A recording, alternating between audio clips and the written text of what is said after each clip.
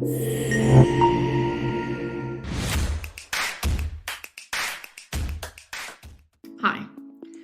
So, you're a nonprofit. You receive donations from a lot of different people throughout the year, and you value transparency with your donors very, very much. So imagine this scenario. You get your donors and then they ask you at the end of the tax year, would you mind providing them with a summary of all the donations they have made so that they can get the tax rebates on those donations? What do?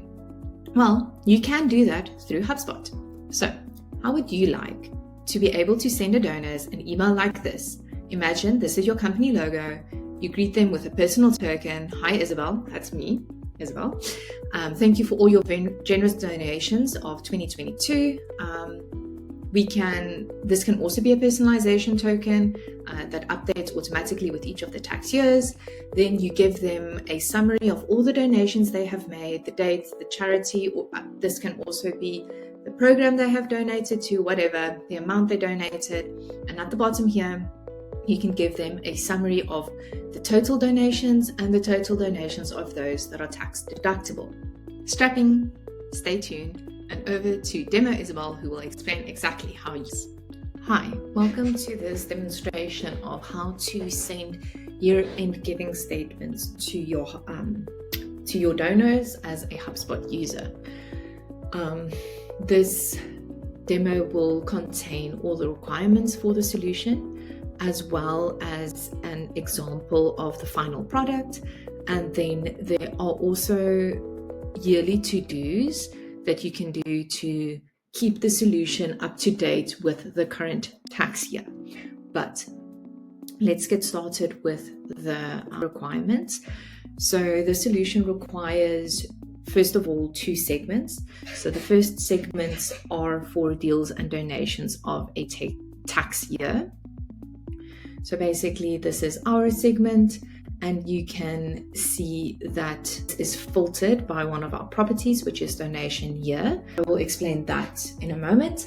And then you can just set the filter to what you want the donation year to be, and then it filters out all the deals that were generated, that were made, or all the donations that were made during that specified tax year. Okay, and then the second segment is for the contacts associated to the deals. In this segment, there are only 2 contacts. These are just our dummy contacts that we used to prove an example of the solution. But then here you can say the contact is associated to any deal, and this deal is in that first segment. So the first segment is needed to make the second segment, and then this you can use to bulk send the emails, which I will again touch on a bit later in the demo. Onto the properties that need to be created for the solution. So some of these properties need only be created once, and some of them have to be recreated every year. I will touch on that a little bit later as we go through these properties, but then, just so you know. So we have 4 deal-based properties and 2 contact-based properties. As a general rule of thumb, the 2 contact-based properties need to be remade each year. So the first property is a property that captures if a deal or a donation was tax deductible or not.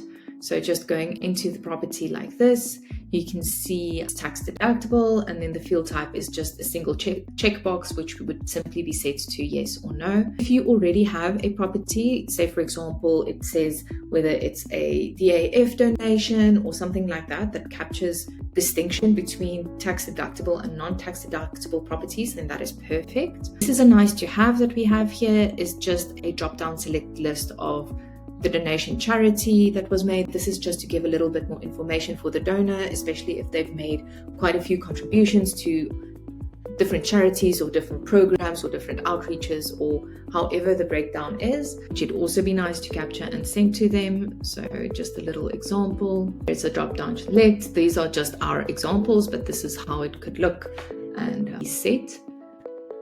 And then the next property is a year calculation. So this captures the year of the closed one in a number format.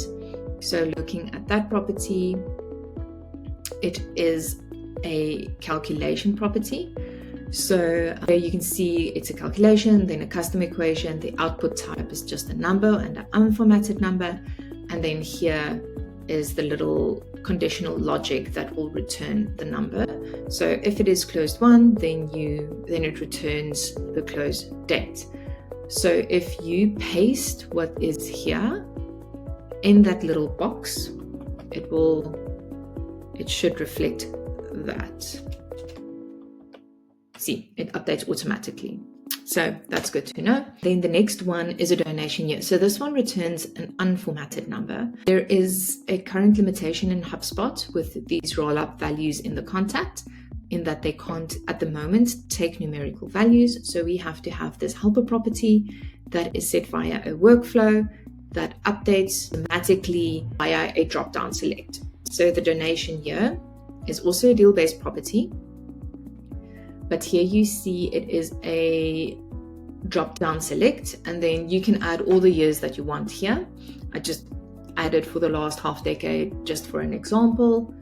And then it is set via a workflow that will automatically listen for new deals. So if the donation year is unknown and it is a member of that demo deals list that of the deals list that we created.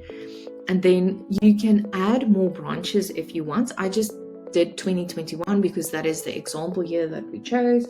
But whenever you want to add another branch, the easiest would be just to clone the branch. You can say the donation year is 2022, for example, and then you edit the criteria, this criteria, and then you can just choose the tax year that you would like. It could be is equal to, or says equal to this because this is a number property. Okay, so that's how you can customize this for multiple tax years. And then that handles our 4 deal-based properties. Moving on to our contact properties.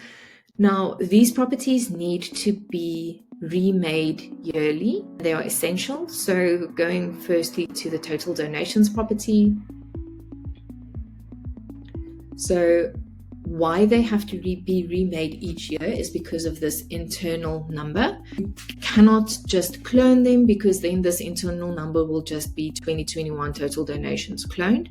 This is important for creating the customized email, which I will refer back to when we get to that part of the demonstration.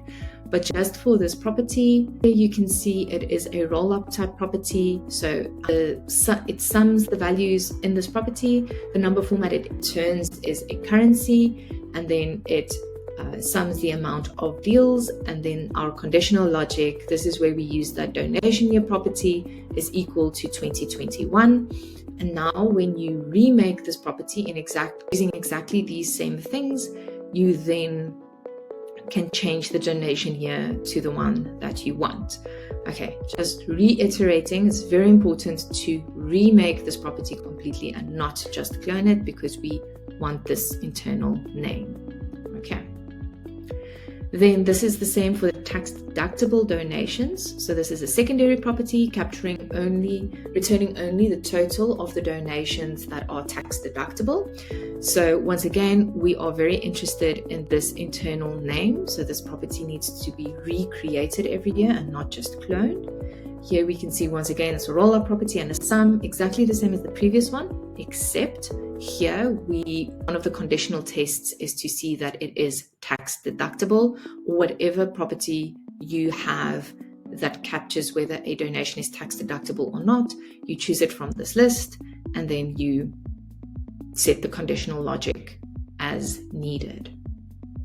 Okay, now moving on to our other deliverables, namely the email module that will be used to craft the custom email.